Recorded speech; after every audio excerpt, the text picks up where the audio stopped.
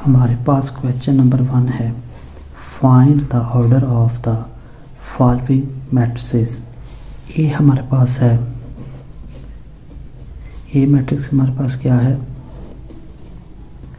2 -5 3 6। हमने इस मैट्रिक्स का ऑर्डर बताना है कि इसमें ऑर्डर क्या है, इस मैट्रिक्स का ऑर्डर क्या है। आपको पता है ऑर्डर क्या होता है कि नंबर ऑफ रोज और नंबर ऑफ कॉलम्स। मैट्रिक्स का कोई भी ऑर्डर क्या होता है, नंबर ऑफ रोज और नंबर ऑफ कॉलम। यहाँ पे नंबर ऑफ रो क्या है, नंबर ऑफ रो क्या है 2, और हमारे पास जो कॉलम है वो क्या है, हमारे पास कॉलम कितने हैं इसमें 2 2/2।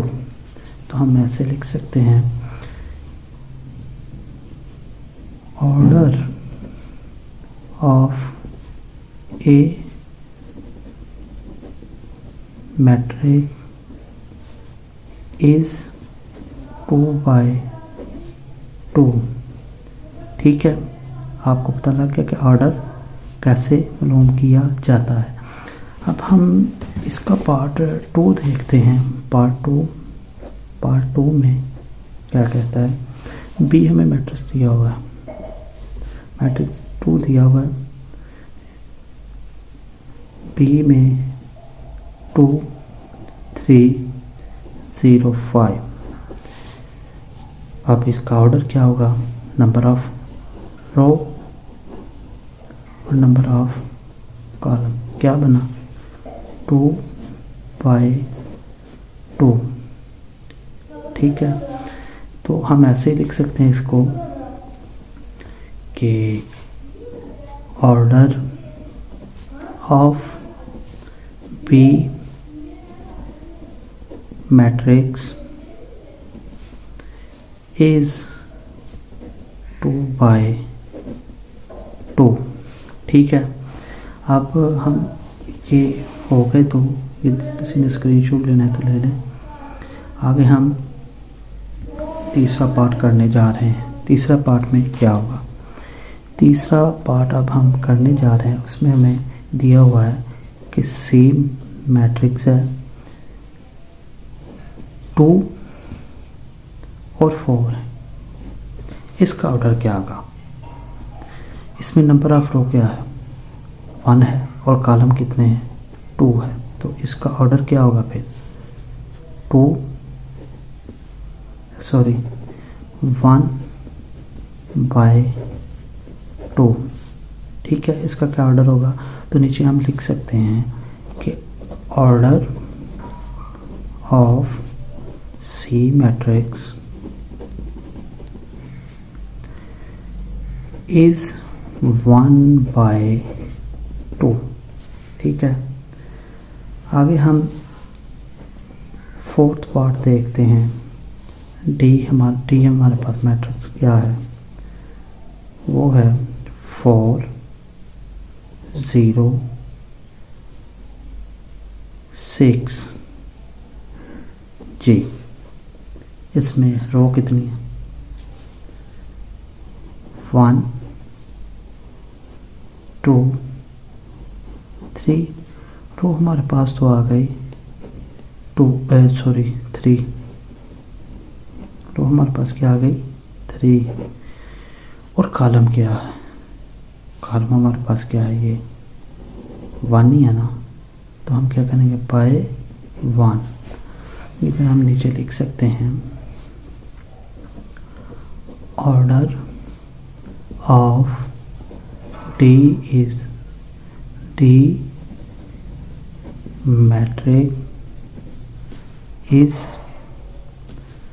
Matrix is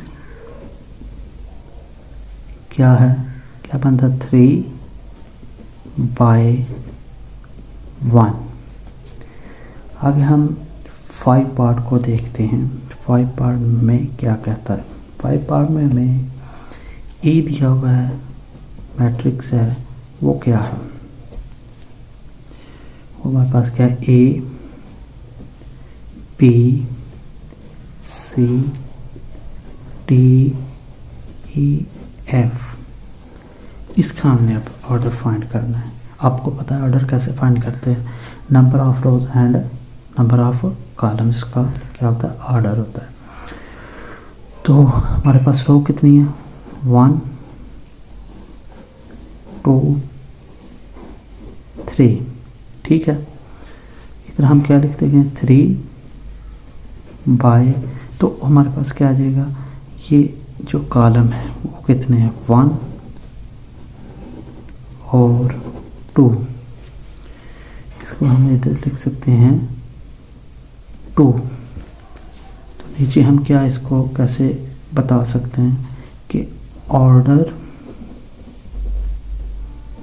of A matrix is 3/2, ठीक है। और 6 पार्ट है हमारे पास, F is equal to matrix क्या है, 2 है। इसमें कॉलम कितने होंगे और रो कितने होंगे, ऑर्डर हमने मालूम करना है। ये हमारे पास क्या आ जाएगा, रो है, और ये हमारे पास क्या आ जाएगा, कॉलम है। तो इसमें इसका ऑर्डर हम लिख सकते हैं 1/1, क्योंकि एक ही कॉलम है ना, तो एक ही क्या है, रो है, एक ही एलिमेंट है, एक हिस्सा, तो एक कॉलम एक रो होता है।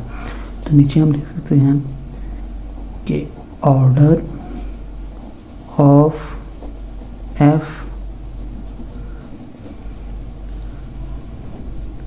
मैट्रिक्स क्या है, 1/1, ठीक है। आगे हम बात करते हैं 7 की। हमारे पास जो 7th पार्ट है, हमारे पास G मैट्रिक्स है, हमने इसका क्या फाइंड करना है, ऑर्डर। ऑर्डर कैसे फाइंड करते हैं, 1 रो 2 3, ये क्या हो गया हमारे पास, रो कितने हो गए 3। तो आगे हमारे पास कॉलम कितने हैं, 1 2 3। तो हम क्या लिख सकते, ऑर्डर क्या हो गया इस मैट्रिक्स G का, 3/3। नीचे हम सिर्फ लिख सकते हैं ऑर्डर ऑफ G मैट्रिक्स 3/3, ठीक है। आपको समझ आ गया कैसे किसी भी मैट्रिक्स का ऑर्डर फाइंड करते हैं। आगे चलते हैं। हमारे पास 8 पार्ट है कि H हमें मैट्रिक्स दिया है, हमने इसका क्या फाइंड करना है, ऑर्डर। ऑर्डर इसमें क्या है, कॉलम देख, इसमें रो देखें 1 और 2, यहाँ पर क्या लिखेंगे 2 बाय, आप इसमें कॉलम कितने हैं, 1 2 और 3, यहाँ पे लिखेंगे 3। तो नीचे हम लिख सकते हैं कि order of H matrix is 2/3, ठीक है। ये हमारा आज हमने किया है पहला क्वेश्चन एक्सरसाइज 1.1 का, और अगला पार्ट हम अगली वीडियो में हल करेंगे।